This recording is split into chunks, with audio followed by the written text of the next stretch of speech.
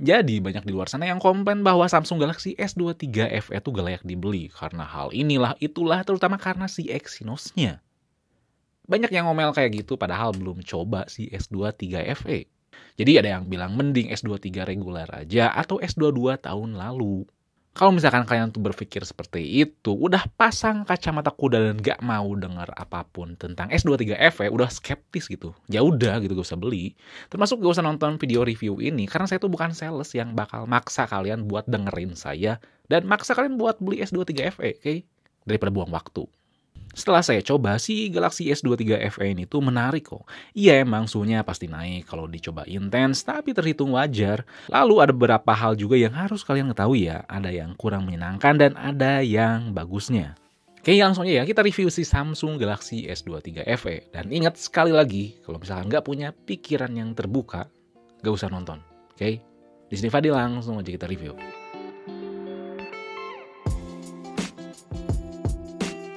Yang pertama kita bahas masalah desain dulu, yang banyak masalahin ya, karena mirip banget sama A54. Dan nyatanya emang iya, si Samsung Galaxy S23 FE ini tuh bahkan bisa pakai casing A54 ya, cuman posisi volume dan powernya beda. Dan kameranya tuh beberapa milimeter sedikit beda. Kayaknya sengaja dibedain biar casing Samsung Galaxy S23 FE yang dijual nanti di Samsung nggak bisa dipakai di A54 sih. Iya emang kerasa lebih unik desain seri SFE dulu yang masih punya bump kamera, beda dibandingkan seri Samsung di bawahnya. Namun dengan desain yang sebenarnya konsepnya sama kayak Samsung 1 jutaan ini, saya nggak keberatan. Pertama karena di sini tuh bisa ngasih desain yang simple, clean, nggak neko-neko. Kayak gak ada tulisan AI kamera lah atau professional fotografi atau lainnya. Di sini tuh simple, clean, minimalis. Saya suka. Ngasih desain yang gini sama kayak Samsung lainnya, Samsung tuh punya maksud. Biar gampang dikenal. Misalkan kalian tuh lagi jalan di manapun, terus nemu orang lagi main ponsel, kelihatan ada poni tebal, gede. Pasti kalian ngeh ya itu tuh Apple, iPhone gitu. Nah Samsung tuh pengen nyampein pesan kayak gitu. Samsung tuh pengen nyampein ini tuh ikonik desainnya dari Samsung gitu. Suka atau enggak. Jadi ya semuanya disamain dari yang 1 jutaan sampai yang paling mahal. Nah ergonominya tapi oke kok ya, feel genggamannya beda kayak A54 atau bahkan Samsung di bawahnya. Karena di sini tuh pakai frame aluminium, lebih kerasa solid dan lebih kerasa berat. Belum lagi di sini punya rating IP68. 8 ya, bukan 7. Berarti punya ketahanan air yang lebih baik dibandingkan seri mid-range di bawahnya. Kenyamanannya juga bertambah dengan sistem feedback getar yang oke banget. Setiap notifikasi atau skema getaran lainnya tuh bisa di-custom berbeda. Namun sayang kita masih gak bisa nikmatin jack 3,5 mm dan micro SD. Padahal seharusnya kalau ada ponsel yang udah dukung eSIM, slot SIM kedua tuh di sini bisa merangkap jadi micro SD sih. Namun sayangnya nggak gitu. Lalu yang superior di desainnya secara fungsi dibandingkan seri di bawahnya adalah USB-nya. Di sini tuh pakai USB 3.2 yang dimana koneksinya tuh cepat banget dan tentu bisa digunakan langsung kalau kalian pengen presentasi pakai kabel HDMI. Dan bukan cuma itu, ketika connect HDMI pun langsung terhubung dengan mode Samsung DeX. Mantap. Dan by the way, si Samsung DeX-nya juga bisa terhubung secara wireless ya. Jadi beneran asik sih desainnya. Kalaupun misalkan kalian tuh pengen beda secara look ya, saran saya sih mending beli warna indigo yang saya pegang ini. Cuman online eksklusif ya, dibelinya di samsung.com. Nah, kedua tuh masalah layar AMOLED. Di sini layarnya tuh punya ukuran 6,4 inci ya, dan lagi-lagi ada yang protes karena Corning Gorilla Glass 5. Sama kayak bagian belakangnya. Nah, protes tuh karena di sebelumnya pakai Victus ya di S21 FE. Hal ini dilakukan karena material sekarang tuh pakai kaca, kan sebelumnya pakai plastik ya. Jadi proteksinya dikurangin ya, biar harganya tetap terjangkau. Tapi jangan khawatir, untuk masalah kualitas gambar dan warna ini tuh oke banget. Layarnya tuh udah tersertifikasi punya DCI P3 100% dan HDR10+. Emang iya dia gak punya kedalaman warna sampai 12 bit lah atau Dolby Vision kayak kompetitornya. Namun secara realnya, secara penggunaannya tetap enak dilihat kok.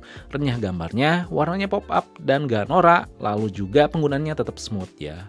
Karena refresh rate 120Hz-nya, jadi nggak ada masalah banget. Dan yang paling penting juga kita didukung sama speaker stereo yang renyah banget. Enak buat dipakai nonton Netflix atau sekedar dengerin musik. Speaker satu dan kedua tuh balance sih, nggak balapan atau nggak saling nutupin. Dan speaker keduanya tuh lebih enak didengar karena ngehadap ke muka kita. Sehingga kalau misalkan nonton tuh emang kedengeran lebih oke sih. By the way, kita juga bisa nonton konten HDR ya di Netflix-nya, nggak cuma HD doang. Penggunaan keseharian juga tentu kebantu sama Always on Display yang bisa bebas kita atur ya, mulai dari fungsinya sampai temanya kayak gimana. Yang saya sayang sih cuma satu, yaitu si sensor sidik jarinya yang standar aja, nggak cepet-cepet amat. Kalau dagunya agak tebel sih nggak masalah ya, emang kelihatan, tapi udah ketutupin sih secara fungsinya dan pengalamannya yang nyaman. Lalu ketiga tuh fitur yang lengkap. Nah, fitur hardware-nya tentu lengkap ya, dan udah terbaru, mulai dari Wi-Fi 6E yang secara penggunaannya nggak ada masalah, Bluetooth-nya juga udah versi 5.3 dan sampai ada NFC. Software-nya juga udah oke ya, selain tadi ada Samsung Dex, juga ada Dolby Atmos yang buat ngehasilin suara lebih renyah. Ada notifikasi story buat lihat notif yang udah kehapus, lalu edge panel yang berisi berbagai shortcut dan utilitas permudah saat multitasking, pop-up view yang bisa kita akses dengan cara swipe up dari ujung aplikasi dan bisa pindah-pindah gitu.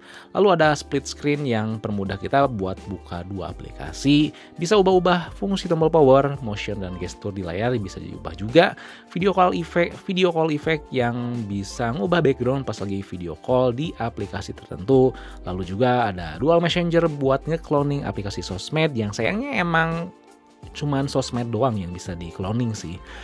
Lalu ada utility tool buat atur kesehatan perangkat kayak RAM, baterai, dan penyimpanan. Gak lupa ada secure folder buat bikin lingkungan khusus yang terpisah dari lingkungan utama karena masalah privasi gitu.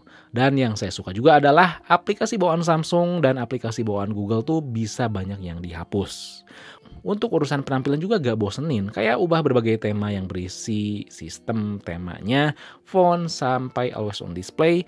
Lalu ada color palette yang buat ubah warna sistem sesuai dengan warna wallpaper, ubah tombol navigasi di layar, dan kalau misalkan pengen lebih luas tentu ada good lock ya, buat ubah elemen-elemen lebih detail di Samsung kita. Dan ya, semua itu dibalut oleh One UI 5.3 berbasis Android 13 yang dapat update sampai 4 kali dan 5 kali security patch. Jadi sama kayak Samsung S23 reguler. Yang dimana semua fitur yang bejibun itu pasti ya, buat sebagian kalian tuh bikin skeptis karena masalah si chipset Exynos 2200-nya. Beberapa sumber nyebutin sih bahwa si Exynos 2200 ini tuh lebih kenceng ya dibandingkan S22 yang pakai Exynos serupa. Salah satunya di notebookcheck.com. Di situ dibilang bahwa emang si Exynos 2200 tuh lebih kenceng ya. Kalian bisa baca lebih rinci di situs mereka. Intinya tuh lebih kencang karena di situ ada vapor chamber yang lebih luas dan lebih dingin ya. Jadi bisa jaga performanya. Emang situs tersebut tuh selalu saya kutip gitu kalau misalkan pengen nge-review atau baca. Karena si review teknisnya tuh menarik. Namun saya nggak bisa verifikasi hal tersebut ya. Soalnya kan di Samsung Galaxy S22 di Indonesia pakai Snapdragon 8 Gen 1. Namun berdasarkan pengalaman mencoba si ponsel S23 FE ini dan membandingkannya dengan Exynos yang dulu yang ada di Samsung Galaxy S21 FE, perbedaannya tuh cukup kerasa sih. Perbedaan dan peningkatan di sini tuh konteksnya ke hal baik ya. S21 FE ketika hangat menjelang panas dipakai intens tuh pasti ngerasa performanya nurun. Gak dipakai game loh ya, namun tetap kerasa pas multitasking. Nah, di sini tuh nggak gitu. Suhunya emang kerasa naik, tapi nggak sepanas S21 FE. Performanya pun di sini lebih kejaga. Overall saya nggak bisa bilang ini tuh overheat, tapi nggak bisa bilang juga ini adem. Saya rasa chipset dengan pabrikasi 6 nanometer ke bawah, apalagi konteksnya dia punya performa yang tinggi, urusan suhu tuh masih menjadi PR bersama sih. Saya coba main game PUBG dan Genshin Impact settingan grafis tinggi dengan durasi sejam lebih, bisa dihandle dengan baik. Smooth dan sensitivitas layar tuh oke. Iya, frame drop pasti ada, cuman masih bisa diterima dan gak sering. Kalau pengen kekeh rata kanan, mending pakai cooling aja ya. Atau bisa turunin aja sih settingan grafisnya kalau misalkan kalian nggak punya cooling tambahan. Jadi kesimpulannya kalian tuh nggak usah khawatir masalah performa dan suhu. Masih dalam kategori rata-rata ponsel flagship yang punya pabrikasi chipset 6 nanometer ke bawah lah. Namun ini penting nih, percaya atau enggak, kalian harus coba sendiri. Kalau baru beli ponsel apalagi flagship, terus nyoba bentar cuman sehari atau 2 hari, jangan langsung stop. Pasti kerasa banget gak optimal dan panas. Lanjut aja ya, karena saya pas coba hari ke-4 menuju 5, suhunya tuh udah kerasa turun dan pemakaiannya makin oke. Ini bukan semata-mata karena hardware-nya ya, tapi software-nya. Saya lupa versi Android berapa gitu ya, Google tuh mulai memperkenalkan adaptive battery. Jadi si fitur ini tuh bisa membuat baterai tuh lebih awet berdasarkan pengalaman penggunaan si ponsel tuh kayak gimana gitu.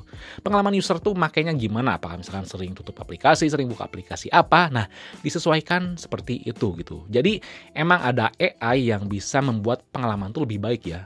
Bukan berdasarkan hardware belaka gitu. Nah, seiring Android meningkat, seiring Android tuh diupdate, si AI atau si kemampuan adaptasi software tuh lebih baik.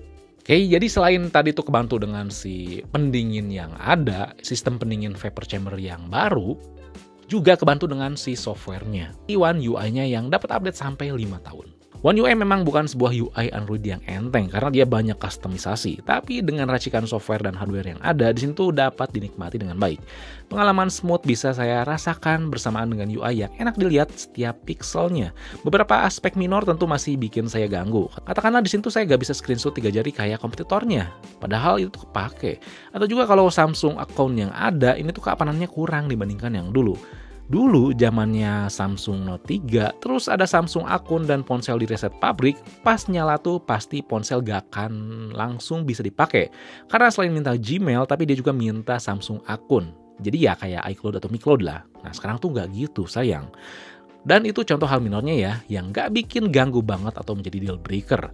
One UI yang ada tuh masih bisa mengeksekusi spesifikasi dengan baik, termasuk manajemen baterainya. Untuk sekelas ponsel performa tinggi, baterainya tuh bisa dikatakan agak awet, dengan pemakaian intens banget. Sekali ngegame kayak main PUBG 25 menit, tadi habis 8%, lalu Genshin Impact 60 FPS 25 menit, habis 9%. Terus buka kamera, ngetik, script, multitasking, dan lainnya bisa ngasih screen on time 6 jam dengan konsumsi baterai 90%.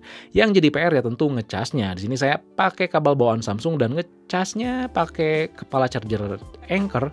1 jam tuh bisa ngisi 98% dari 11%. Yap, ingat ya, ini kalian harus beli casannya secara terpisah. Dan wireless charging emang ngedukung, tapi ya harus beli terpisah juga.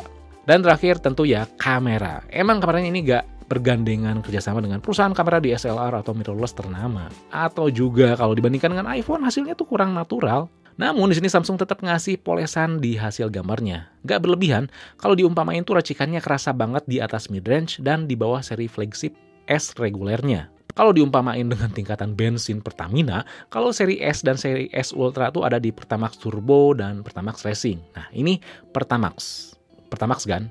Yang paling bedain dibanding seri mid-range-nya Samsung tuh ada 3 hal. Pertama, dynamic range-nya di sini tuh renyah banget.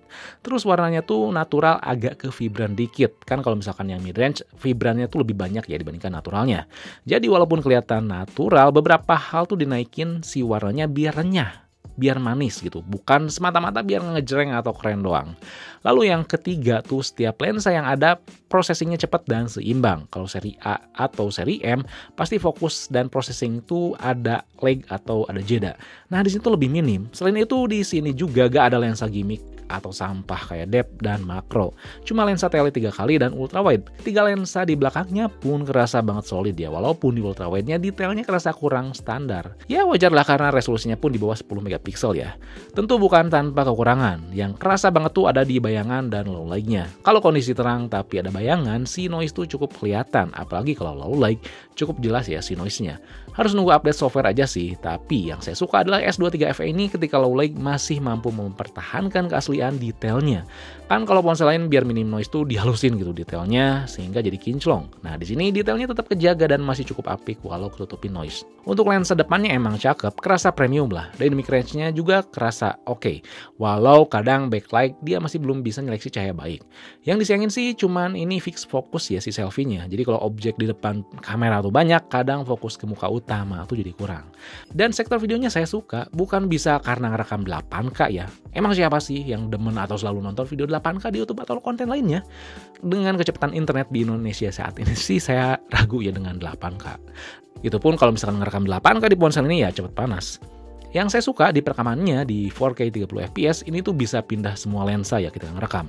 Saat ini kalau Android cuman Samsung sih yang bisa kayak gini. Movement antara lensanya emang gak selalu iPhone, tapi masih suka. Hasilnya pun oke. Emang si warnanya nggak sevibran fotonya, lebih natural tapi tetap oke. Yang jadi PR sih kalau ngerekam kadang masih kelihatan jitter atau goyang gitu ya, terkadang loh ya. Dan terakhir untuk urusan upload konten di Instagram dan TikTok tenang aja mantep, udah mulus, bisa upload story atau reel sampai 1080p. Mau itu diambil dari kamera ponselnya atau direct dari aplikasi sosmednya, udah baik. Jadi kalian bisa pakai ponsel ini untuk konten gitu. Kalau misalkan pengen lihat hasil akhir di video sosmednya, kalian bisa follow Instagram kami ya. Udah ditaruh di highlight.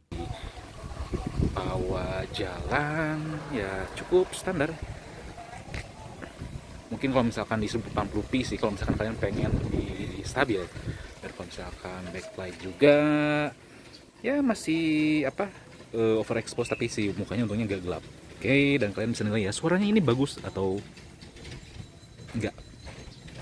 So, apakah Samsung Galaxy S23 FE itu adalah ponsel yang nanggung ya? Mending beli S23 aja lah. Gak nanggung.